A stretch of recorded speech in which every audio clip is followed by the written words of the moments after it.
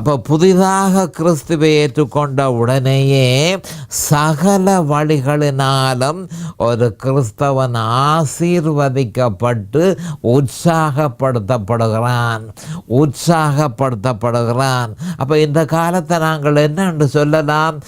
ஆசீர்வாத காலம். அதாவது ரட்சிக்கப்பட்ட உடனே ஏற்படுகிற காலம் ஒரு கிறிஸ்தவனுக்கு ஆசீர்வாத காலம். அது எப்படி என்றால், நீ சாத்தானுடைய பிள்ளையாக இருந்த பொழுது அவன் எப்படி உன்னை நெருக்கினான் என்பதனையும், நீ தேவனுடைய பிள்ளையாக இருக்கும் பொழுது நீ எப்படியாக ஆசீர்வதிக்கப்பட்டிருக்கிறாய் என்பதனை நீ அறிந்து கொள்ள வேண்டும் என தேவன் எதிர்பார்க்கிறார். அதாவது தேவனுடைய பிள்ளையாக வர முந்தி நீ சாத்தானுடைய பிள்ளையாக இருந்தாய். அப்பொழுது நீ எவ்வளவாய் நெருக்கப்பட்டாய், இப்பொழுது எவ்வளவாய் நீ ஆசீர்வதிக்கப்படுகிறாய்.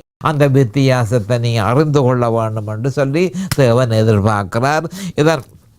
இதை பற்றி யோவான் 10:10 நம்முடைய ஆண்டவராகிய இயேசு கிறிஸ்து இது பற்றி, திருடன் திருடவும் கொல்லவும் அழிக்கவும் வருகிறானே அன்றி வேறொன்றுக்கும் வரான், நானோ அவைகளுக்கு ஜீவன் உண்டாயிருக்கவும் அது பரிபூரணப்படவும் வந்தேன் என சொல்லப்பட்டிருப்பது இதனை தெளிவாக நிரூபிக்கிறது என்பதை நாம் அறிந்து கொள்ள வேண்டும்.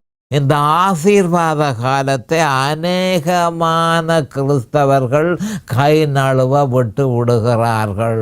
மிக முக்கியமான ஒரு விஷயம், அவர் ஆசீர்வதிக்கிறார். அந்த ஆசீர்வாதத்தை அநேகமான கிறிஸ்தவர்கள் கை நழுவ விட்டு விடுகிறார்கள். இதற்கு பல காரணங்கள் உண்டு. அந்த காரணங்கள் நாங்கள் பார்க்க வேணும்.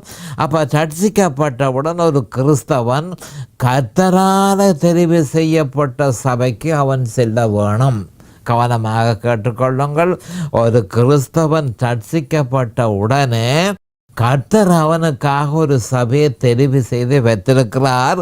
அந்த சபைக்கு அவன் போக வேணும். இது அப்போஸ்தலர் 2:47 உறுதிப்படுத்தப்பட்டிருக்கிறது.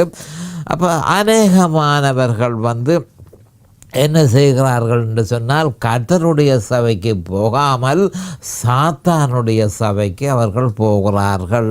அப்போ இதுதான் முக்கியமான காரணம். ஆசீர்வாதம் இல்லாமல் போகிறதும் ஆசீர்வாதம் கை நழுவுறதுக்கு முக்கியமான காரணம், அவர்கள் கர்த்தர் தெரிவு செய்த சபைக்கு போகாமல் சாத்தானுடைய சபைக்கு அவர்கள் போகிறார்கள்.